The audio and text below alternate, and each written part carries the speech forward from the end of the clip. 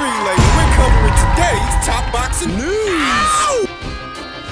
Okay, we'll start with this. Some quotes from unbeaten up-and-comer from the United Kingdom, Caroline Dubois, saying he being Eddie Hearn, is doing a terrible job at promoting. She labeled him delusional. These comments weren't generalized comments. She was talking about someone specifically. Dubois has revealed she believes Hearn is doing a bad job promoting Beatriz Ferreira. Brazilian amateur star Beatriz Ferreira, 3-0 with 1 KO, passed a big step-up fight with flying colors this past weekend when she dominated Mexico's own Carla Zamora in their 8-round super featherweight contest. Zamora stopped Jessica Camara inside of 4 rounds in her last contest. Many felt Camara did enough to beat Kaylee Reese in their 2021 unified title fight. What am I always telling you about Beatriz Ferreira? That Beatriz... You will remember that on the undercard of Jean Pascal versus Michael Eifert, Canada's own Jessica Camara shared the ring with Carla Zamora, and she suffered a shock upset loss. She was stopped. Carla kept catching her in between the shots, between the punches, and she had the much heavier hands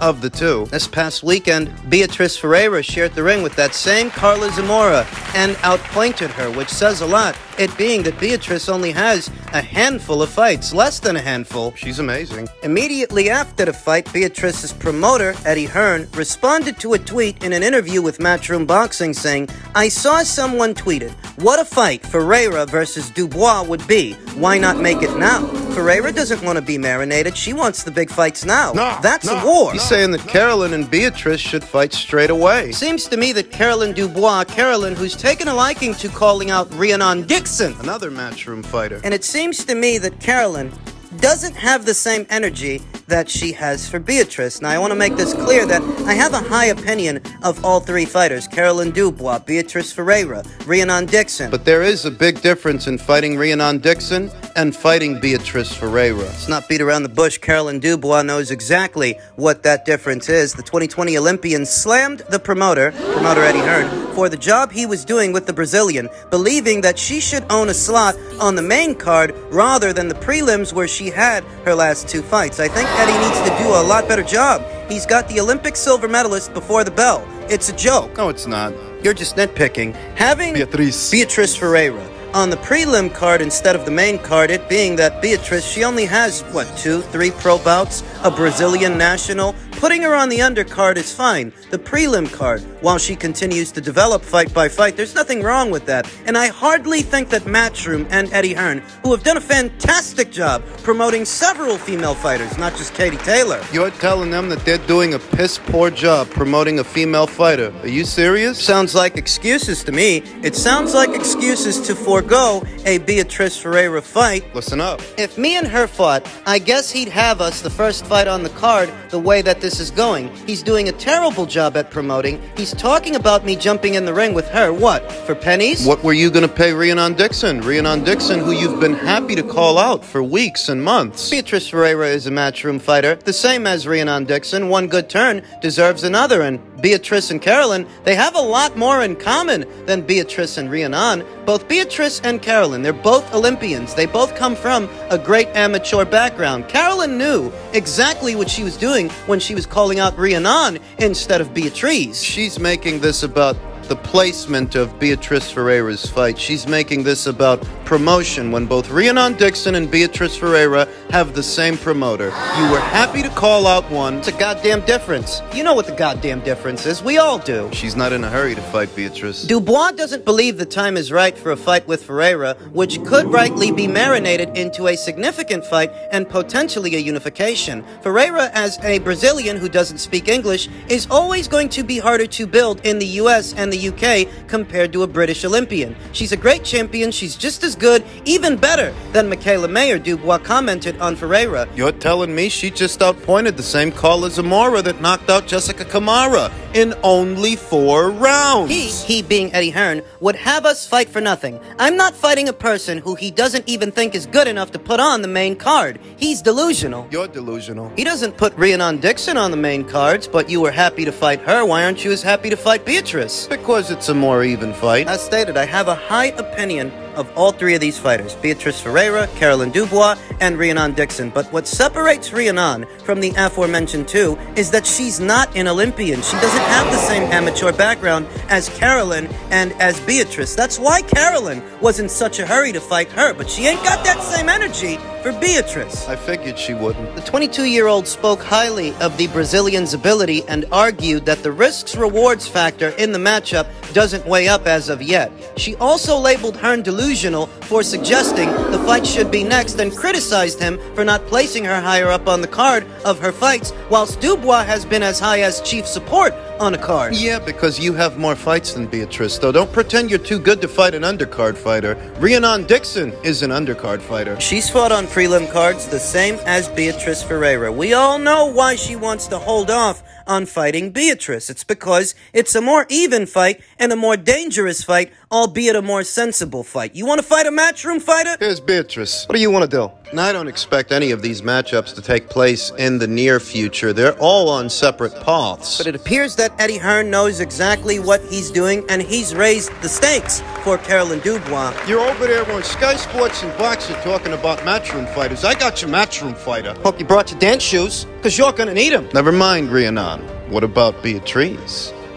And super lightweight news. Some comments from Eddie Hearn from a few weeks back. Super lightweight will be boxing's new glamour division. I hope they fight each other. I think they have to. And the relevance of this story, all these weeks later, is that now Matchroom doesn't have Canelo Alvarez to promote, which frees up a lot of money for a lot of other fights. Addressing the landscape anywhere in between 135 and 140 pounds. Eddie Hearn stated, I think Shakur Stevenson is the best fighter at 135. Yeah, he's the best fighter. He beats them all because he's a fantastic fighter. His ring IQ, Hearn said in an interview with Marcos Villegas on Fight Hub TV. Listen, Devin is my friend. I think Devin against Shakur is a great fight, as is Tank, but I don't think anyone beats Shakur Stevenson. He's not a massive star like Tank Davis is, but I don't think anyone beats him. I would bet on Shakur Stevenson every single time. The landscape at lightweight is changing. Devin Haney is rumored to be migrating to super lightweight, things not working out with Shakur Stevenson, and it's not like Gervonta Davis has made a play to fight Devin. Might move up to 140. At 135, Stevenson may be the guy that gets beat when he moves up.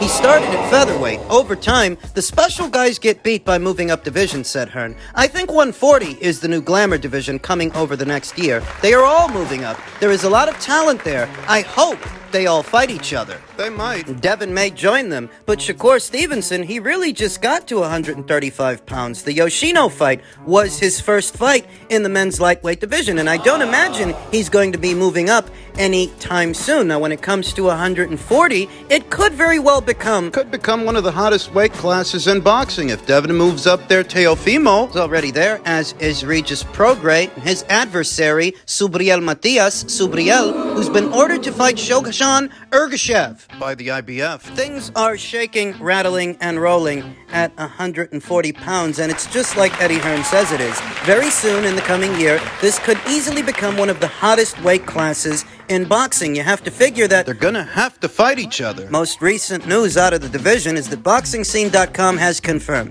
the IBF has ordered a mandatory title fight, which will see Shogun Ergashev challenge recently crowned junior welterweight titleist Subriel Matias of Puerto Rico. Both sides were instructed to begin negotiations for a fight which is due to take place on or before August 25th. And that's good. Seems like Subriel kind of just faded into the background after defeating Jeremiah Ponce for the newly vacated IBF title. The fact that the IBF is ordering this fight, and the fact that there's a deadline in place. It's good because that gets the wheels in motion. It puts everybody under pressure to work and work on the clock. Up until now, Subriel Matias' name was attached to a potential Rancis Bartholomew fight. I don't think that fight would have done anything for Subriel's profile and anything for the division. Rumors abound. There were rumors about a Rancis Bartholomew fight, which turned into rumors about a Sergey Lipinets fight, former IBF super lightweight champion Sergey Lipinets, in what was a hoped-for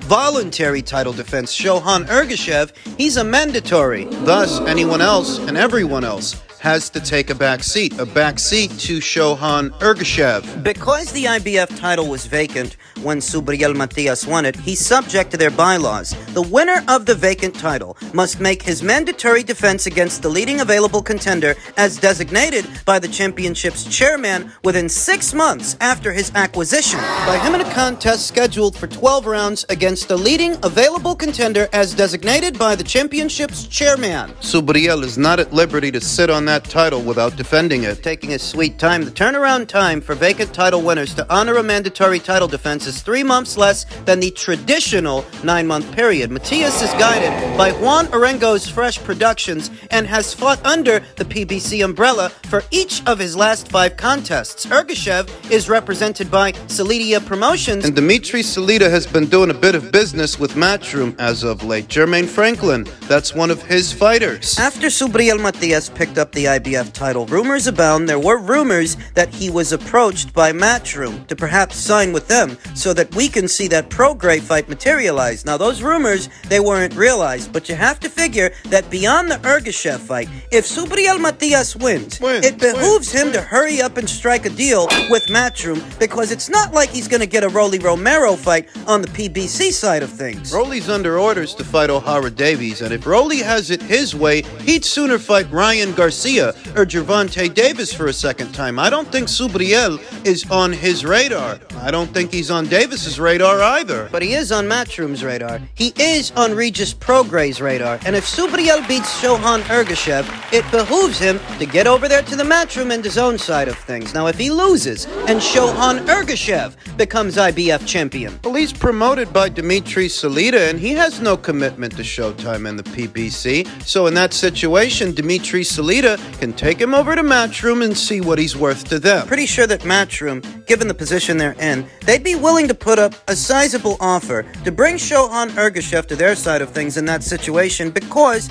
they no longer have Canelo Alvarez fights to promote, and that opens up a lot of money for a lot of other meaningful fights. Fights on a smaller scale than Canelo Alvarez's fights, though all the same. Fights they'd like to promote. And I think that applies to Subriel Matias too, though I get the sense that maybe he has a bit more of an attachment to the PBC and Showtime than Shohan Ergashev does. Because Subriel has been fighting there for his last 5 fights, though ultimately the same applies to both. The biggest fight for the winner of that fight is on the Matchroom and DAZN side of things, not the PBC. Whoever wins needs to get while the getting is good. Finally, in men's welterweight news, Errol, ahead of his upcoming showdown with Terence Crawford, says, "It's common sense why Crawford is the betting favorite, but I'm realistic. I keep defying the odds." And what odds are those? Errol Spence Jr., up until now, has been the betting favorite in most every single fight that he's had, save this one. Some might view Crawford as a 50-50 fight, but if you ask a series of sports books, they have a slightly different opinion as to who will win the super fight. The likes of FanDuel, BetMGM, William Hill, and Bet365 have Crawford listed as the betting favorite anywhere ranging from... Is that 4 sports books? It is. They have Crawford as the slight favorite anywhere from -135 to -188, and Spence listed as the betting underdog with odds ranging from +106 to +150. Spence understands why he is pegged to lose by prognosticators ahead of the July 29th fight at the T-Mobile Arena later on this month in Vegas. Now myself, I don't read too much into how the bookies have it. I've long had it in favor of Terence Crawford, long before odds emerged for the fight. Hell, long before the fight even got signed. For years, really. Years before the prognosticators decided to weigh in and edge this fight. I've had Terence Crawford winning it. The odds can change, though, because the odds are subject to change. There's a late surge of money in the coming weeks and months that could easily put Errol Spence Jr. ahead of Terence Crawford as the betting favorite. It all depends on how the degenerate gamblers are feeling. Yeah. Spence himself says, "I don't really pay too much attention to that type of stuff. I know after I win this fight that I will be the best fighter in the world." We'll see. I can see why he is the betting favorite. It's just common sense. I'm realistic with all the stuff I've been through, just the stuff people know about that I have been through. I would pick him as the favorite too. Stuff happens, but I keep defying the odds. Everybody thought I was going to be a shell of myself after I came back from the car crash, but I came back and have been doing my thing ever since, even with the eye injury. I keep defying the odds. People can talk negatively, but that's just added motivation. In truth, even after the car accident, I figured to Errol Spence Jr. Danny Gersha, who was his first fight after the car accident. That's just a tune-up fight for Errol. You can't compare that to this. And the schedule that Errol Spence Jr. has been on ever since that car accident, what is it? 2 fights? Just 2 fights in the last 3 years or so. It will have been over a year's time since his last fight. The night of this one, Spence will be fighting for the first time in nearly 16 months once he squares off against Crawford. A 16-month layoff is cool. It was nothing that I was recovering from, so that was more rest anyway. It'll be fine. In truth, the intangibles aside, the accident, the injuries, the layoffs. I had Terrence Crawford winning this fight before any of that stuff happened. That stuff, that just adds to it. It's the styles of the fighters for me. You know, Errol Spence Jr. is a characteristically aggressive fighter and a volume puncher, whereas Crawford, he's more of a sharpshooter, trying to catch you in between the shots, in between the punches. And the more you open up, the more opportunities he has to do that. I don't think Errol being a southpaw is going to bother Terrence Crawford because he's hardly the first southpaw that Terrence would have faced. Felix Diaz was a southpaw. Olympic gold medalist Felix Diaz. Unbeaten unified champion Julius Longdongo. He was a southpaw. Terrence Crawford's movement and his situational awareness, where Errol Spence Jr. is normally able to land a lot of shots, a lot of punches.